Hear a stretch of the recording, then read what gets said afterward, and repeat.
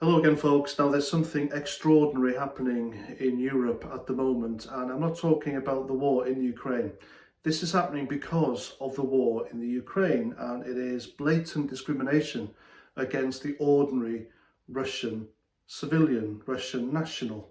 Now, this is happening not just all over Europe, but it's happening on social media, Twitter especially. There's currently a hate campaign on there which is being allowed to happen despite the fact that it's clearly against the Twitter community guidelines and it's discrimination against Russians. Now, bearing in mind, folks, that the average Russian soldier, the average private, is on the equivalent of £17.50 a month. He doesn't know why he's there. He doesn't know when he's going home. He doesn't know when he's ever going to see his family again, and he might get killed. So it's a pretty shitty life for a Russian soldier. And of course, the average Russian civilian is on roughly the same kind of money. It's a very, very poor country. Putin has 9 palaces, reportedly. He's got a fleet of luxury cars. He's worth around roughly £200 billion. And he has concubines, apparently. Then again, we only know this from the mainstream media. So Putin doesn't really represent the whole of Russia or the Russian people. They were seen out in droves in their thousands not long ago protesting in, is it Moscow or St. Petersburg now? That place changes its name so many times, against the war. So, you know, Putin doesn't necessarily represent the thoughts of the Russian people.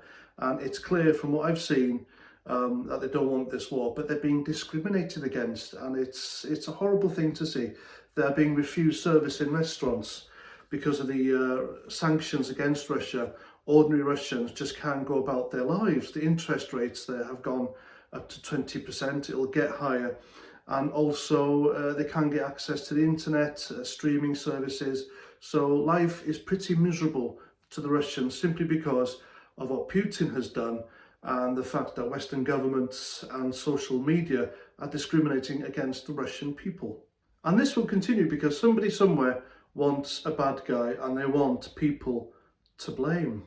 And it really doesn't help matters when social media, Twitter especially, leaves up comments like this, where Twitter users, lefties mainly, encourage the Russian people to try and take out and murder Putin. This is going to make the guy more paranoid and more dangerous, and the people who are likely to bear the brunt of that is going to be his own people. Now, there are various theories going around as to why this whole shebang has happened. People are blaming Putin, people are blaming the true nature of the Ukrainian government, what's happening there at the moment, and the United States, NATO, UK, Trump, the EU, Belarus. There's all sorts of theories. I've got my own theory, but I will keep that close to my chest at the moment because I don't want to be wrong again. But hey, like I said, if I'm wrong, I'm wrong. But I have my own theory. I've done a bit of digging, a bit of research, and all isn't what it seems. And I think I'll wait till the whole thing's over, if it ever ends, to give you my theory, whether it's wrong or not. I think that's fair. So I will give you little snippets of what I know, my own observations, like this. Now, this hasn't been reported in the mainstream media, and I've only seen snippets of it on social media. And it's the fact that African ethnic minorities, Indians, and all the rest of them are being denied access or being beaten up at the borders by the Ukrainian authorities or prevented from leaving. They're being manhandled off public transport.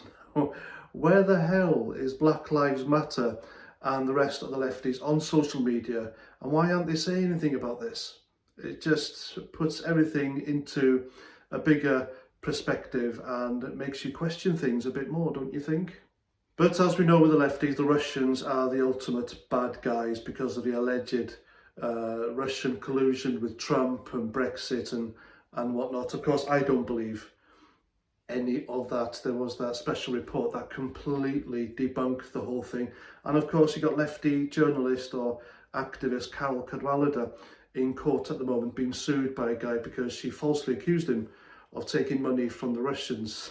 And she's still doing it now on a Twitter account. Some people are just dumb, I guess. So there we go. There is evidence of massive discrimination against ordinary Russian people Russian people who don't want this war, Russian people who don't want Putin as their president, and they're being directed hatred by people who say they are very tolerant of things, and it's just mass hypocrisy, isn't it?